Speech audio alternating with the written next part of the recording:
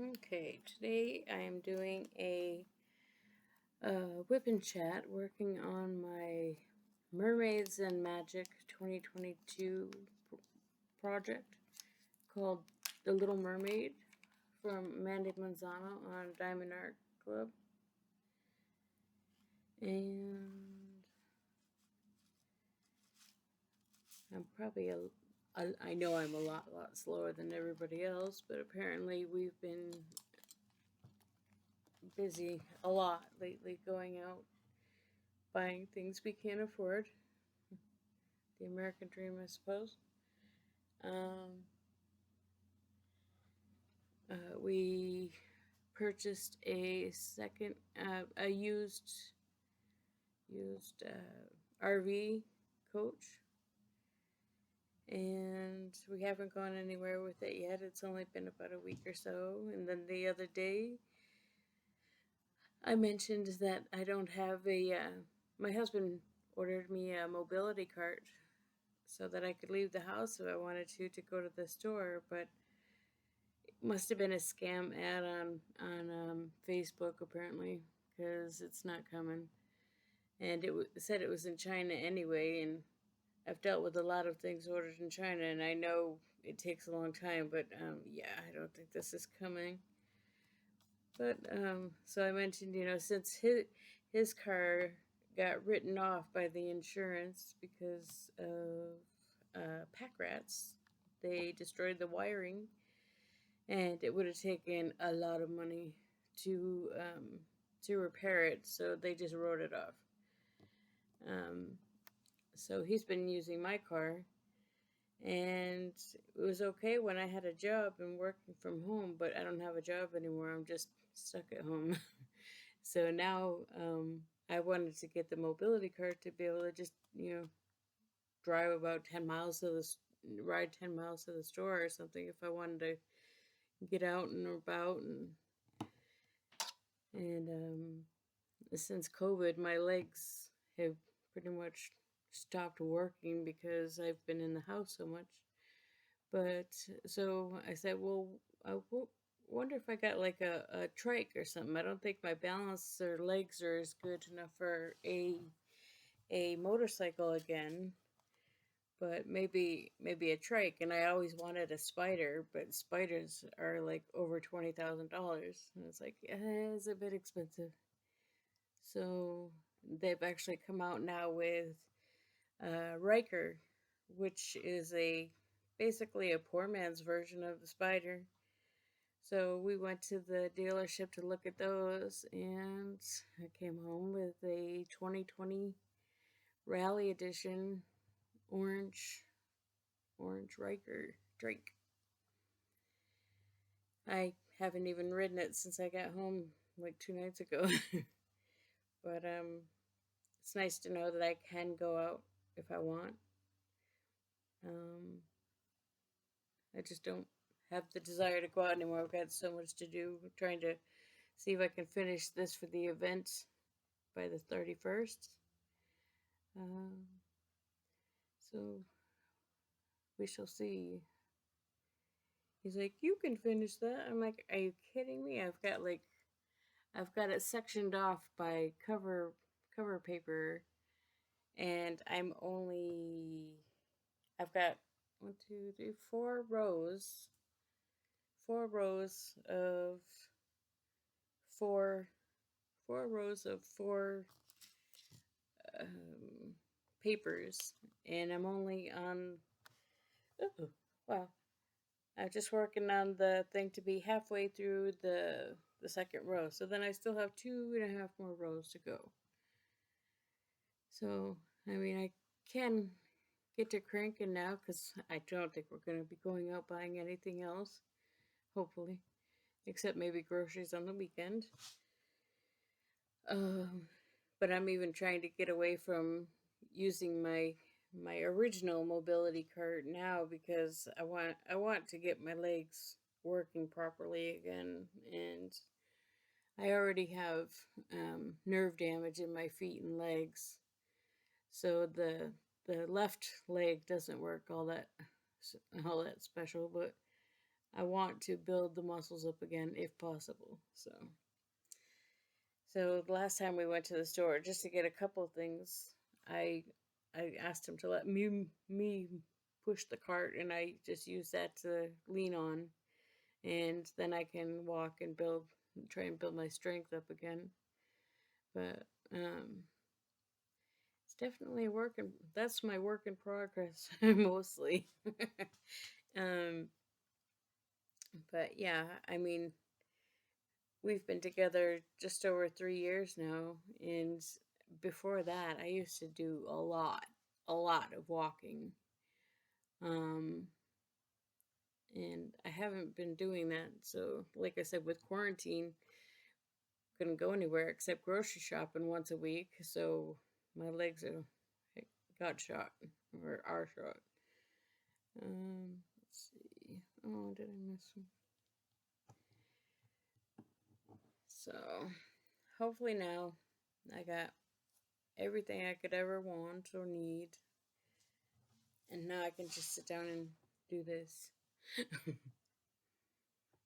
I know it's a rough life. Okay, I think I finished this guy.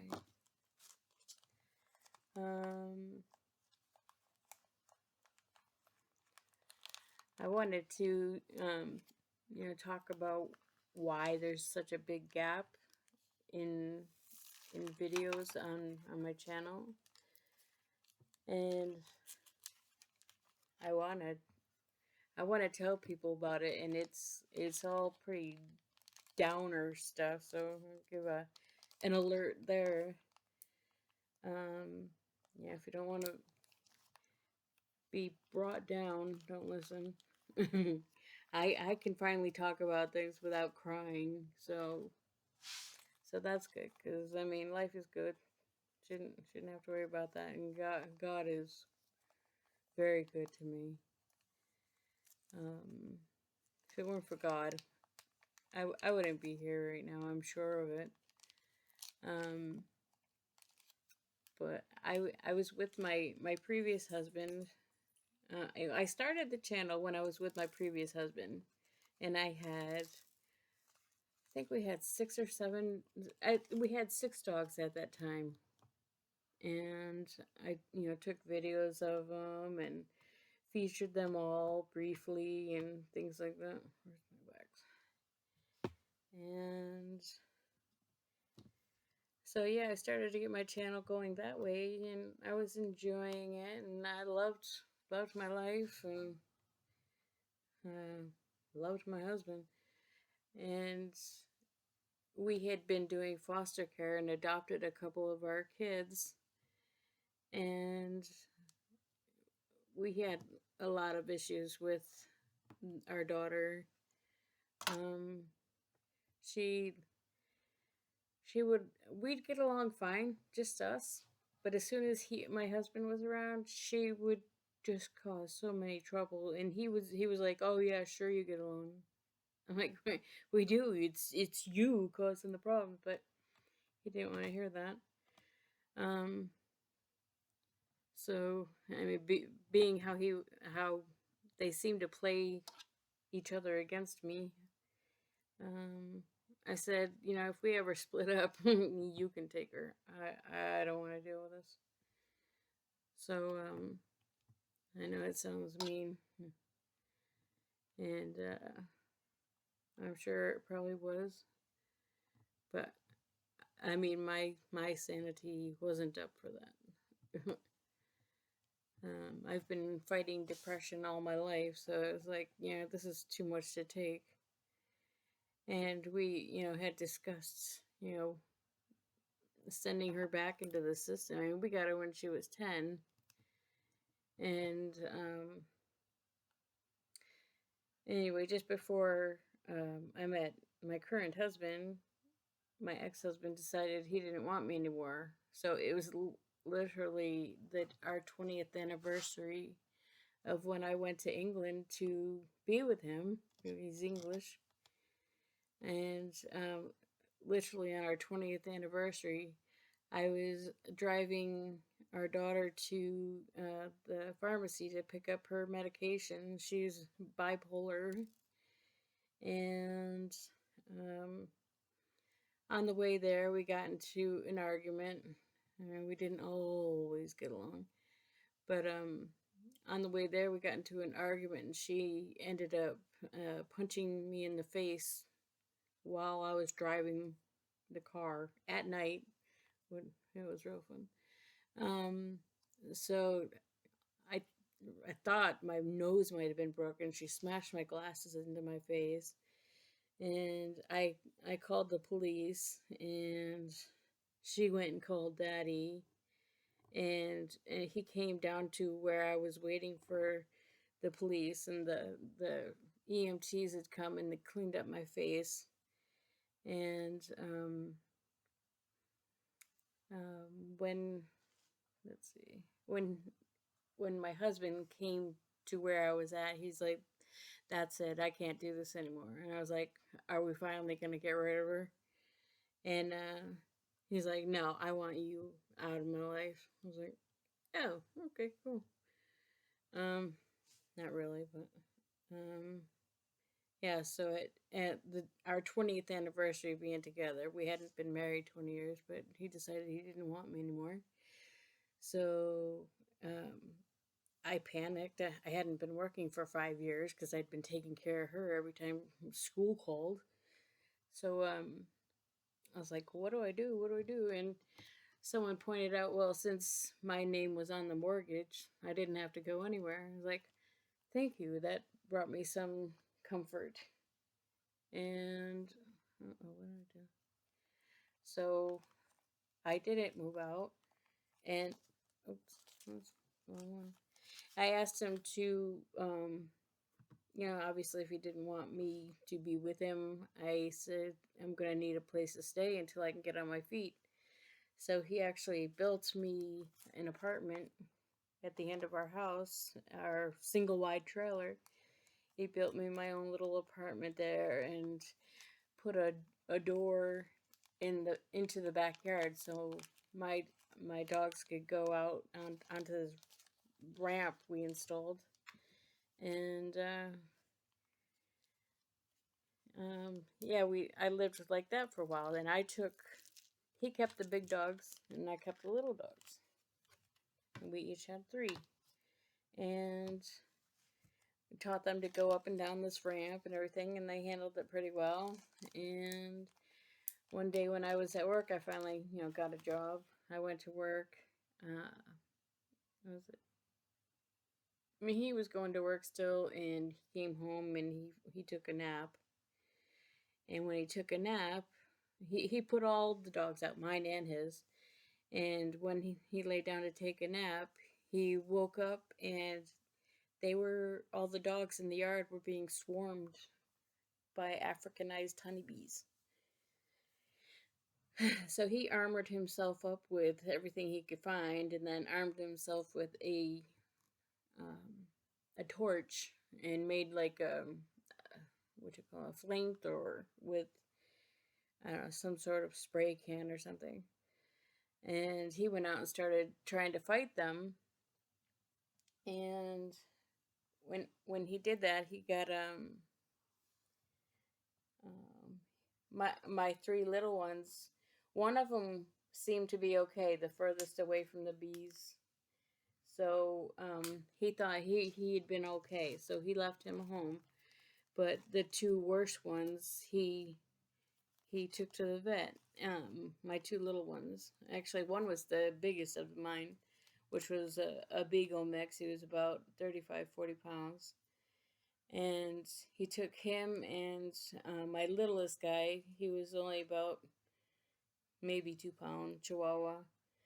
And he took those two to the vet. And when they arrived at the vet, the Chihuahua started seizing, so they put him down, and they started working everything they could on the beagle, but his organs were trying to shut down and stuff, so they were using medications that other people had bought to try to keep him going. So he was considered to be in intensive care, and they were trying to save him. And I worked in a call center, so I wasn't supposed to be getting any phone calls. But somehow they managed to get a hold of me, uh, my husband, and then my supervisors got a hold of me, and then, like, you need to get to the vet. Go now, leave. And I was kind of pleasantly surprised that they were willing to let me leave, to go take care of my babies. And when I got there, they're like, you need to fill in this application for care credit so we can try to save them, or save Milo. Milo is the beagle. And I I sat there trying to fill in this application. When I finished it, they submitted it, and of course, it got rejected. And that's about the same time Milo started to go downhill. So they suggested that we, put him down so he wouldn't suffer. And so my husband and I went in and held him and said goodbye to him.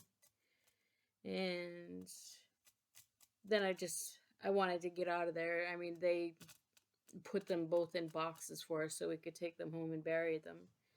And I was like, I just want to go home and see if Monty's okay. Oh, excuse me. Oh, excuse me. And of course, when we got home, Monty was dead on the floor. So all three of my dogs were taken by these bees. So that was probably the worst time ever in my life. And I tried to sleep through that night, and it was very difficult when you're not fighting for a piece of the bed to sleep on. So that was hard. And then the next day I was like, I can't live without a dog. I have to have a dog. So I said I would like to have Mason, and he gave him to me with no issues whatsoever. I was like, one dog would be easier. So since I had found Mason on the side of the road as a baby, I thought, it'd be good. I'll take care of him, and we can be together. And so that worked out. So, but he was still pretty much in the wild puppy stage. So it took a while to get him to calm down, and he would still get to go out and play with the remaining dogs. So that was nice. He liked to play with Misty. So as soon as he heard them outside playing in the yard, he'd go to the door and go down the ramp, and um, Misty usually met him at the door, so it was cute.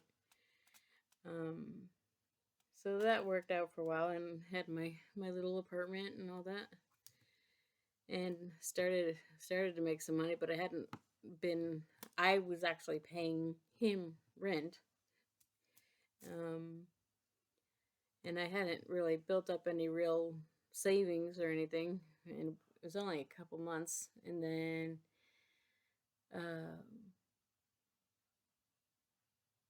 actually, no, I had already lost my job at the call center. They let everybody go. And then what you call yeah, I started working overnight at Taco Bell at a truck stop, and that was good. And I was taking a nap one day before work, and all of a sudden my daughter starts pounding on the door. You gotta get out, you gotta get out. The house is on fire. And I was like, what? Turns out she heard a pop or something in the ceiling, something like that, and it ended up being the wiring, and the ceiling was on fire. So we all raced out, got the dogs out and all that. And yeah, so the fire company came and punched a bunch of holes in the roof so they could hose it down.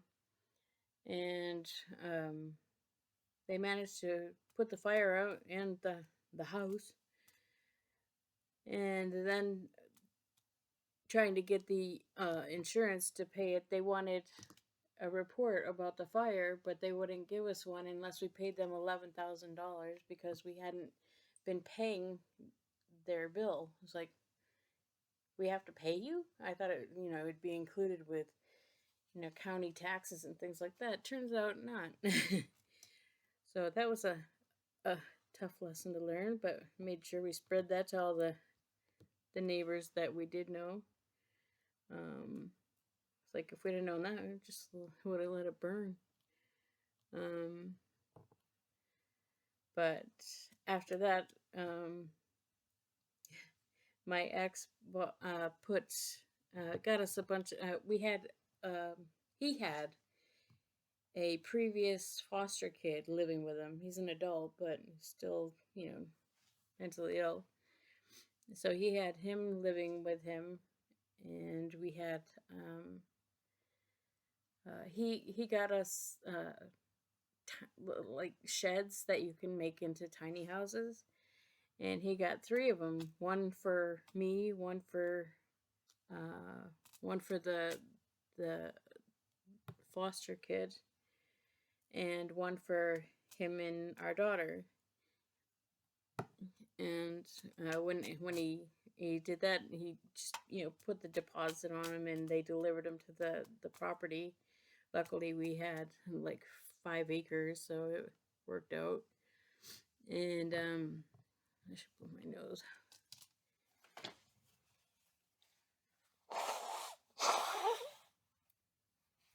Excuse me, sorry about that. So we lived in the yard, and that was about the time it was about 115 degrees out.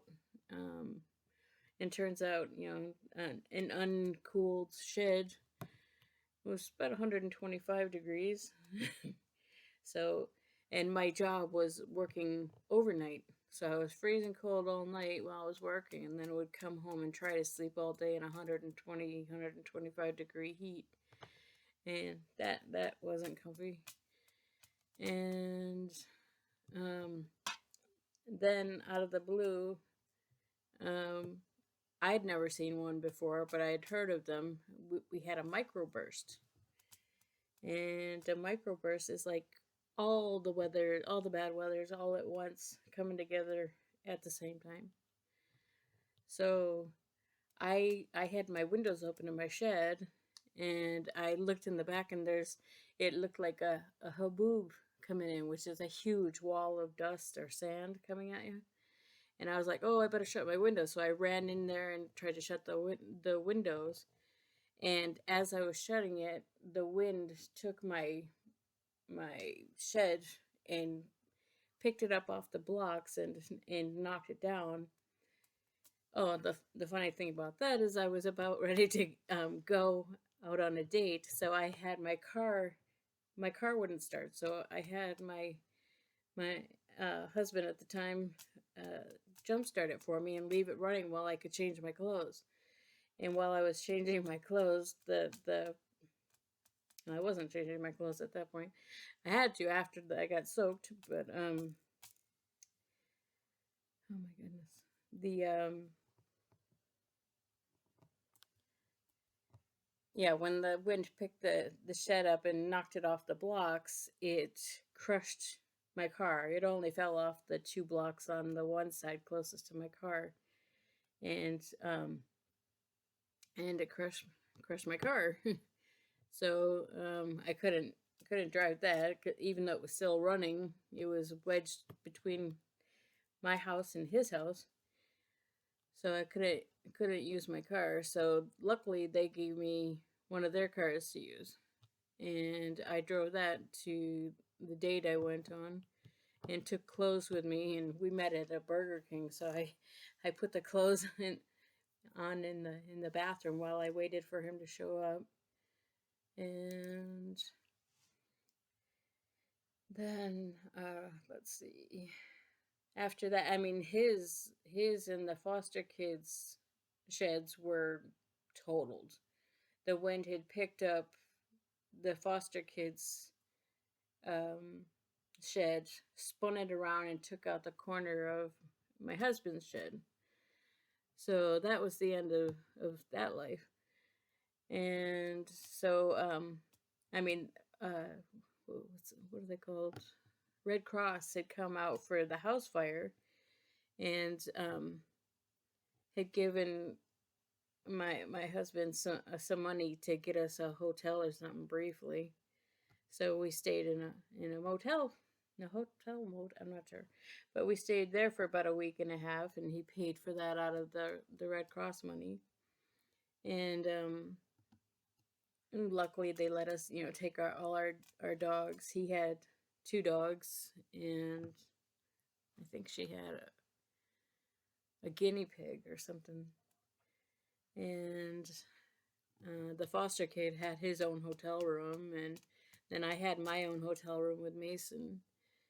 So that was cozy. But then when let's see, oh yeah, we stayed there before we got the sheds. So then when the sheds got totaled, um, I had an interview the next day for another call center. So I was out trying to find a decent professional outfit, and my daughter called me and said, Red Cross is coming out. You got to go there to meet them. I'm like, I'm busy. You do it. You called them.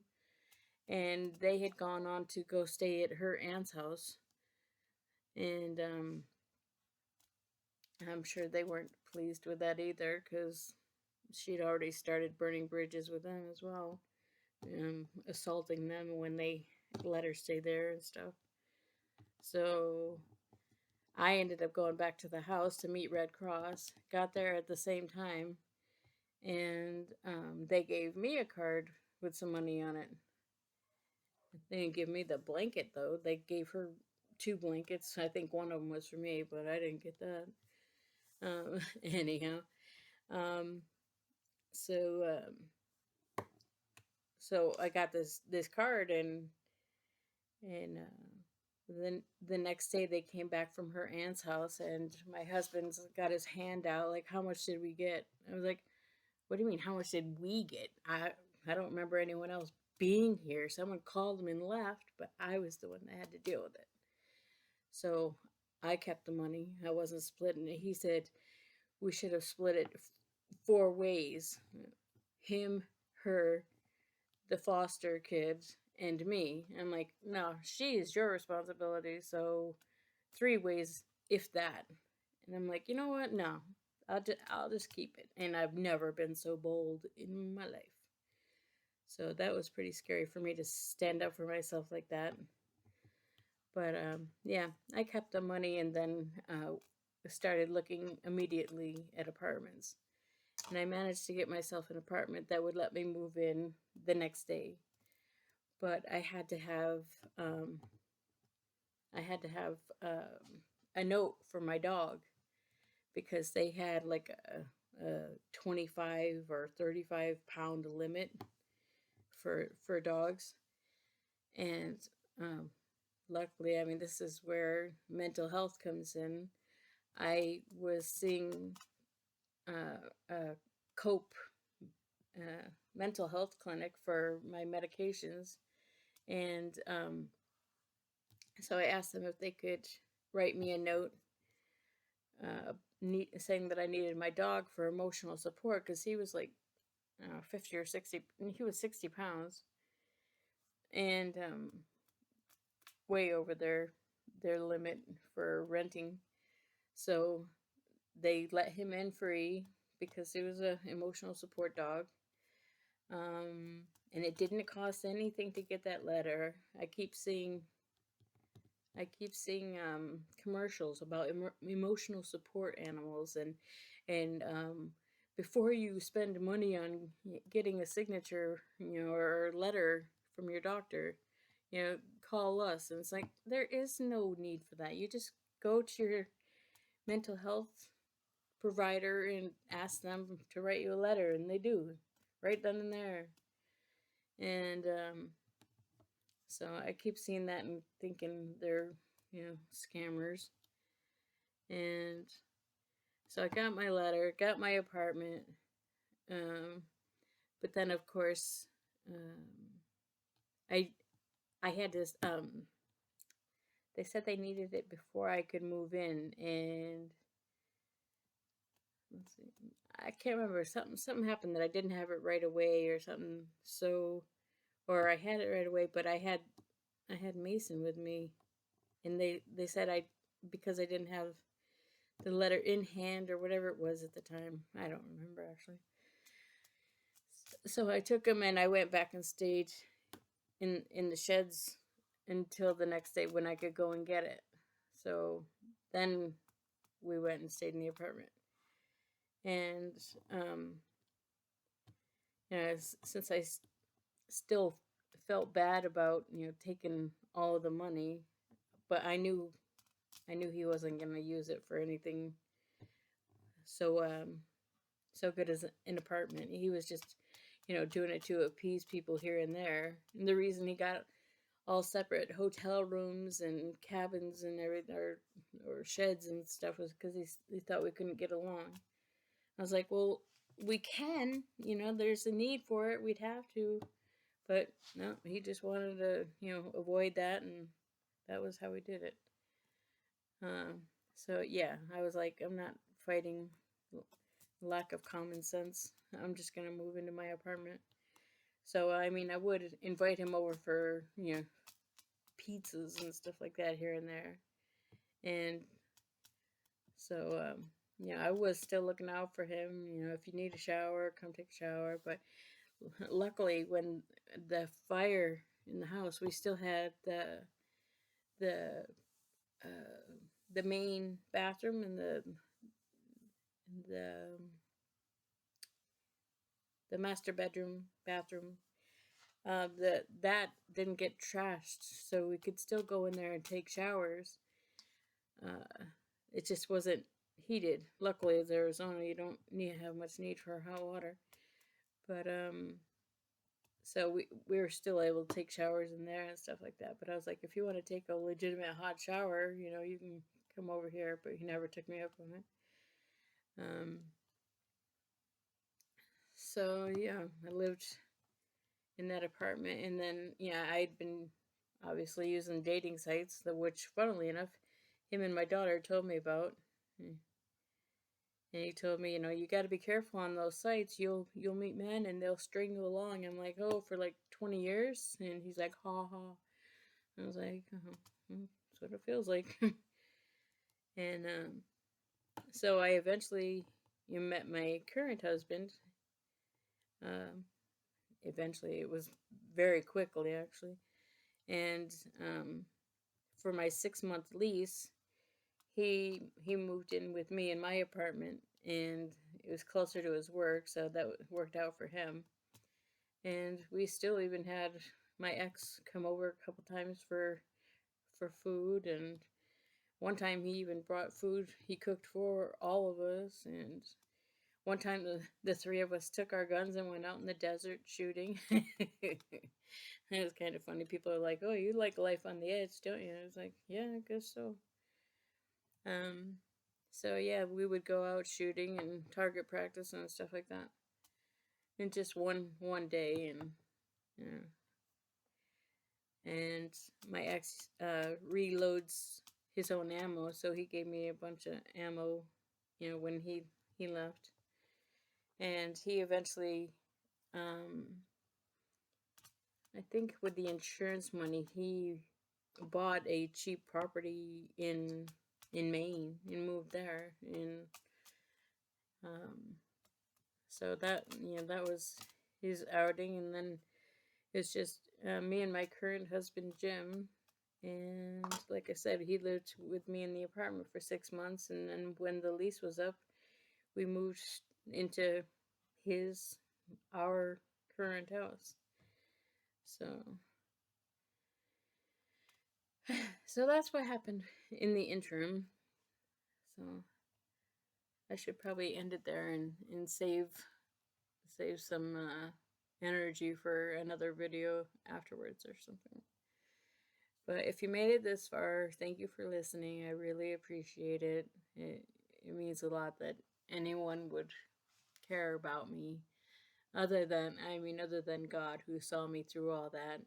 Obviously he thought I was in a bad marriage, so he tried to get me out of there. um, with the house fire, that didn't work. I stayed. Tried to get me out of there with the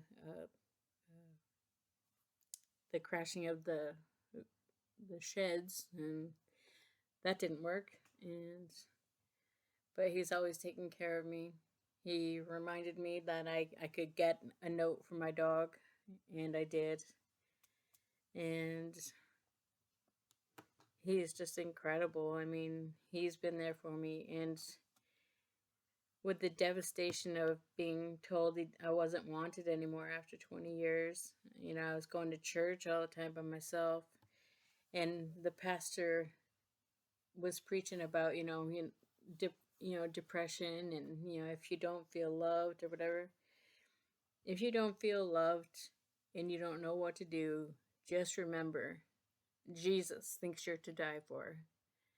And that is like my crutch for everything now. Whenever I start to feel down, because I do suffer with depression.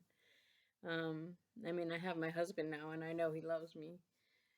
But it's something to think about whenever you get down and you think this is it. Just remember, Jesus thinks you're to die for, and call on him. He will be there for you. So I'll leave this there. I'll talk to you again soon. You take care, and God bless you all. Bye.